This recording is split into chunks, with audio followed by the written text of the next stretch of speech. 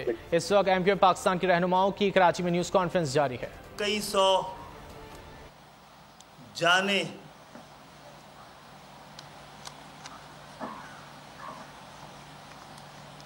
ضائع ہوئیں، تقریباً 22 سال بعد 22 سال کی تاخیر سے 12 سال کی تاخیر سے بڑے سوچ سمجھ کر، بڑی سمجھداری اور منصوبہ بندی کے ساتھ یہ فیصلہ سنایا گیا ہے، جس میں ایم کیو ایم کے 2 کارکنوں کو، زبیر بھائی کو اور رحمان بھائی کو سزائے موت دی گئی۔ معزز صاحب حضرات،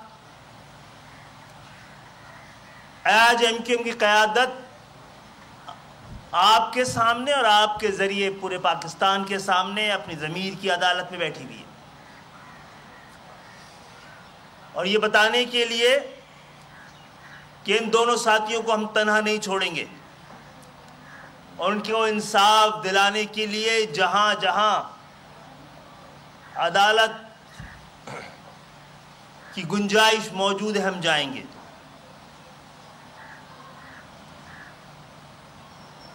معزز صاحب حضرات، یہاں پر معزز عدالت نے ایک تو ایم کیو ایم کے 2 کارکنوں کو اس واقعے میں سزائے موت دی ہے، اور دوسری طرف پوری ایم کیو ایم کو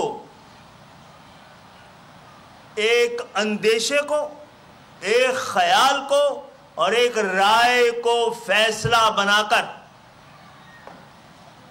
کل سنایا گیا ہے۔ کہا گیا ہے کہ یہ واقعہ، یہ سانحہ جس میں شہید ہونے والے لوگ بھی ہمارے ہیں اور اس وقت بچانے کی کوشش کرنے والے لوگ بھی ہمارے تھے، ایم کیو ایم کے کارکنان تھے۔ انہوں نے کہا کہ ایم کیو ایم کی اعلیٰ قیادت کی مرضی کے بغیر نہیں ہو سکتا۔ آج ایم کیو ایم کی اعلیٰ قیادت یہاں بیٹھی بھی ہے۔ کل ایک معزز جج نے پوچھا تھا، کہاں ہے ایم کیو ایم کی قیادت؟ یہاں ہے ایم کیو ایم کی قیادت، آپ بلائیے ہمیں۔ غیر جانبدارانہ اور شفاف الیکشن نہیں ہوتے، کہ جتنے ٹرانسپیرنٹ الیکشن ہو، خطرہ یہ ہوتا ہے کہ اتنی پولرائزیشن نہ بڑھ جائے۔ کسی بھی معاشرے میں، کسی بھی ملک میں سیاسی لسانی تقسیم، پولرائزیشن کی وجوہات ہوتی ہیں، اور اس کو ایڈریس بھی کیا جاتا ہے، نیچرل ہے۔ حکومتیں بھی بعض اوقات کیونکہ سیاسی جماعتوں کی ہوتی ہے تو ان کے درمیان سیاسی تقسیم ہو سکتی ہے، جانبدارانہ رویہ ہو سکتا ہے، لیکن بڑی بدنصیبی اس وقت ہوتی ہے، خطرے میں ملک اس وقت ہوتا ہے جب عدالت اور ریاست کے اندر پولرائزیشن، جہاں پر فیصلوں کے اندر سے سیاسی انتقام کی بو آتی ہو، جہاں پر فیصلوں میں لسانی رنگ نمایاں ہوتا ہو، تو پھر آپ کو اس ملک کی سلامتی، خوشحالی، ترقی، مستقبل کے بارے میں اندیشے پیدا ہونا شروع ہوتے ہیں۔ ہمارا عزم مصمم تو ابھی تک وہی ہے کہ ہمارے اجداد کا بنایا ہوا یہ ملک اس کی بقا اور سلامتی اور خوشحالی کے لیے ہم ہر طرح کی قربانیاں دیتے رہے ہیں اور دیتے جائیں گے، لیکن ضرورت اعلیٰ ترین عدالتوں کی یہ ہے کہ وہ غور سے دیکھیں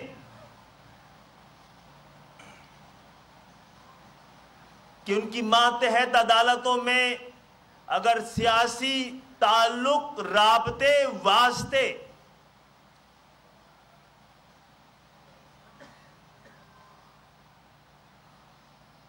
جھلکتے ہوں تو پھر نظام انصاف کو کچھ زیادہ آگے بڑھ کے کام کرنا پڑے گا۔ آج ایم کیو ایم کی اعلیٰ قیادت یہاں پہ اس لیے بیٹھی ہے کہ ہم سپریم کورٹ کی چیف جسٹس سے، حکومت سے یہ مطالبہ کرتے ہیں کہ سانحہ بلدیہ ٹاؤن فیکٹری پر ایک عدالتی کمیشن بنایا جائے۔ معزز صحافی حضرات، 2012 کے بعد، اس واقعے کے بعد، اس حادثے کے بعد، اس سانحے کے بعد اس کی تحقیقات بھی ہوئی ہیں، جے آئی ٹی بھی بنی ہے، رپورٹس بھی تیار ہوئی ہیں، اور وہ رپورٹس ایک جے آئی ٹی یہ کہتی ہے کہ یہ حادثہ تھا، کہتے ہیں کہ ثبوت کے طور پر سی سی ٹی وی کا ایک کلپ ہے جس میں کہ میزنائن فلور پر اسپارک ہوتے ہوئے دکھایا گیا ہے۔ فیصلہ آ چکا تھا، اس حادثے اور سانحے کا فیصلہ آ چکا تھا، لیکن پھر دوسری بہت سوچ سمجھ کر ایک ایسی تنظیم جو پاکستان کے اس بوسیدہ نظام کے لیے بہت بڑا خطرہ ہے، تو پاکستان پہ قابض جاگیردارانہ قیادت نے یہ ضروری سمجھا کہ اس واقعے کی بنیاد پر، جہاں پہ شہید ہونے والے لوگ بھی ہمارے تھے، ایم کیو ایم کو نشانہ بنایا جاتا رہے۔ کل کے فیصلے میں لکھا ہے کہ یہ ہو ہی نہیں سکتا کہ ایم کیو ایم کی اعلیٰ قیادت سے پوچھے بغیر یہ واقعہ ہوا ہو۔ آپ جج صاحب نے اپنے اندیشے کا اظہار فیصلے کی شکل میں دے دیا ہے۔ اب ریاست کی، عدالت کی، نظام انصاف کی، حکومت کی ذمہ داری ہے کہ اس اندیشے کو، اس پہ ایک عدالتی کمیشن بنایا جائے۔ ایم کیو ایم آج اپنے آپ کو پیش کر رہی ہے، اور ہم امید کرتے ہیں کہ جب کوئی ایسا فیصلہ ہوگا تو پی آئی اے کے جہاز کے اغوے کے فیصلے میں بھی کسی اعلیٰ قیادتوں کے بارے میں کوئی کمیشن قائم کیا جائے گا۔ سانحہ مشرقی پاکستان کے بارے میں بھی ادھر ہم ادھر تم کے نعرے کے ساتھ اندیشے اگر کھڑے ہوتے رہے تو پھر اس پہ بھی عدالتی کمیشن بننا چاہیے۔ 12 مئی سب کو یاد ہے، ہم نے عدالتی کمیشن بنانے کو کہا تھا، اور اس کے ساتھ اس کے شور میں 27 دسمبر 2007 کو کراچی، سندھ کے شہری علاقوں میں خصوصاً ایک واقعہ راولپنڈی میں ہوا۔ نظر آتش، دکانیں اور مکان نہیں، لوگ، ٹائر نہیں جلائے گئے احتجاج میں، لوگ جلا دیے گئے۔ پورے شہر کو آگ کے سپرد کر دیا گیا۔ اس کے لیے بھی کسی سیاسی قیادت کو مورود الزام ٹھہرایا جا سکتا ہے۔ اندیشہ یہی ہے، خطرہ یہی ہے، تو اس کے لیے بھی عدالتی کمیشن بنایا جائے، اور اگر فیصلوں میں کہیں اس سیاسی تعلق اور لسانی بو آتی ہو تو اس پہ بھی عدالتی کمیشن بنتا ہے۔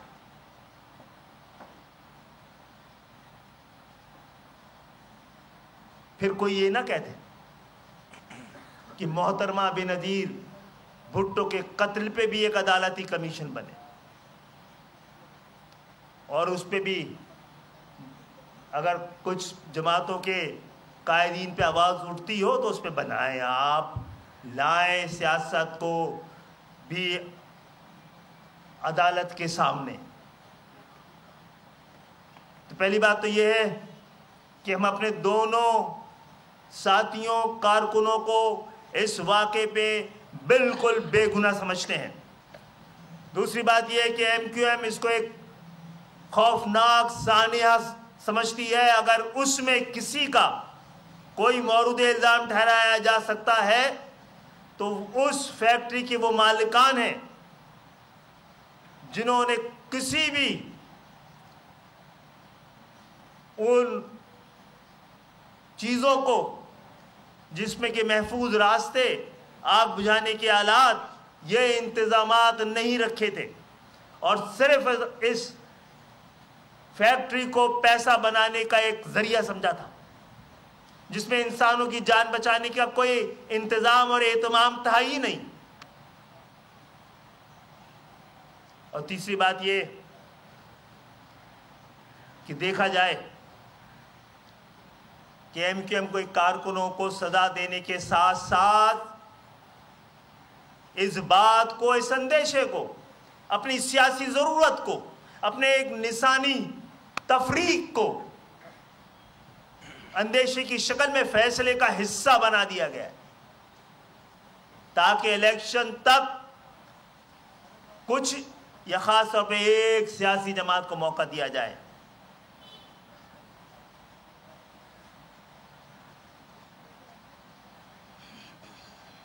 مصطفی حضرات، میں تو اس وقت یہاں نہیں تھا، ہمارے بہت سارے ساتھیوں نے خود اس وقت اس آگ لگی ہوئی فیکٹری کے باہر کھڑے ہو کر جو کچھ اور جو کیا جا سکتا تھا وہ کر رہے تھے۔ اس کیس میں رؤف صدیقی بھائی نے بتایا کہ 800 پیشیاں ہوئی ہیں جس میں ہو گئے، اور 800 پیشیاں منسوخ ہوئی ہیں۔ 8 سالوں میں 1600 پیشیوں کے لیے اگر آپ دن نکالیں تو جو ورکنگ ڈے ہوتے ہیں وہ ساری پوری ایم کیو ایم آج بھی روزانہ کسی نہ کسی عدالت میں کھڑی ہوئی جھوٹے مقدمات کا سامنا کر رہی ہے۔ تو یہ لوگ جنہوں نے اپنے 8-8, 10-10, 11-11 سال عدالتوں میں، ان کے وقت کو کون لوٹائے گا؟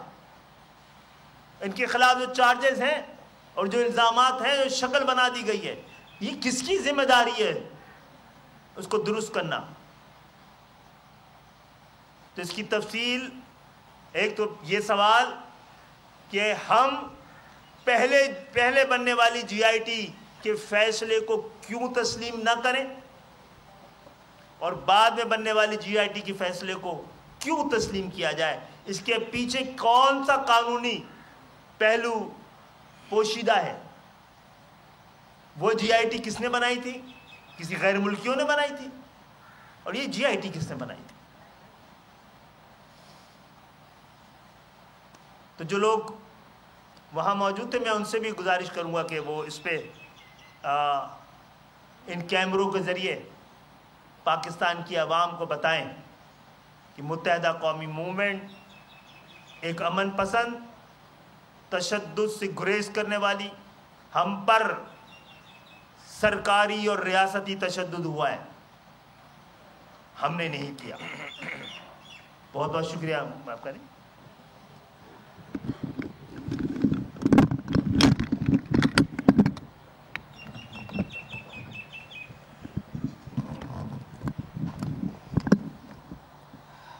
اعوذ باللہ من الشیطان الرجیم، بسم اللہ الرحمن الرحیم۔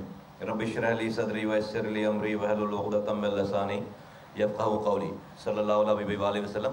خالد مقبول صدیقی صاحب نے، convener M Q M Pakistan نے، تمام پوائنٹس کے اوپر اپنے بالکل واضح موقف کا اعلان کر دیا۔ میں اس بات کو آگے بڑھاتے ہوئے کہنا چاہتا ہوں، جج صاحب نے جو فیصلہ لکھا ہے، انہوں نے نعوذ باللہ وہ اللہ میاں بن گئے وہ کہ ایم کیو ایم کی قیادت کی سوچ رہی ہوگی، ان کے طریقہ کار، ان کے یعنی کہ وہ دماغ میں گھس کر وہ ہماری سوچوں کو بھی جان رہے ہیں، اور اس جاننے کے اوپر انہوں نے یہ فیصلہ لکھا ہے کہ یہ کیسے ہو سکتا ہے کہ ایم کیو ایم کی قیادت کے بغیر یہ ایم کیو ایم کے کارکنوں نے آگ لگا دی۔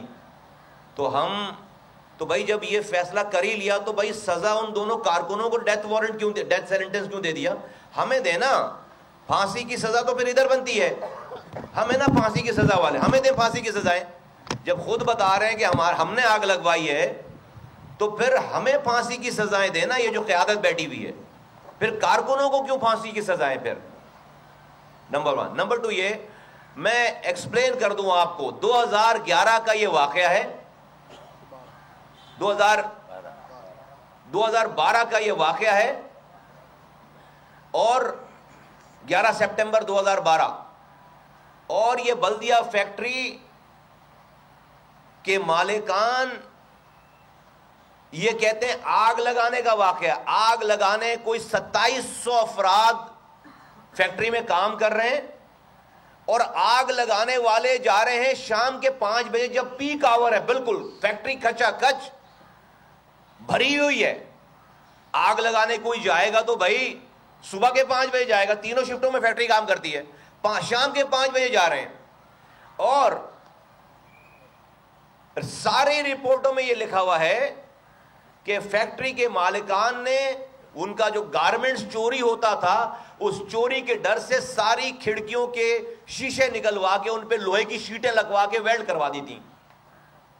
انہوں نے سارے دروازے بند کروا کر ایک ہی انٹری ایگزٹ رکھی، بس کوئی فائر الارم نہیں تھا، کوئی آگ بجھانے کا آلہ نہیں تھا، اور اوپر جانے چھت پر جانے والی جو سیڑھی تھی اس کا جو رستہ تھا اس کے گیٹ پر اتنا بڑا تالا لگا دیا، اس لیے 260 لوگوں میں سے 180 افراد کی ڈیڈ باڈیز اس دروازے کے ساتھ ملی، جو بیچارے اوپر بھاگنا چاہ رہے تھے چھت پر، جو اوپر چلے جاتے نہیں مرتے، وہاں سے نہیں مرتے۔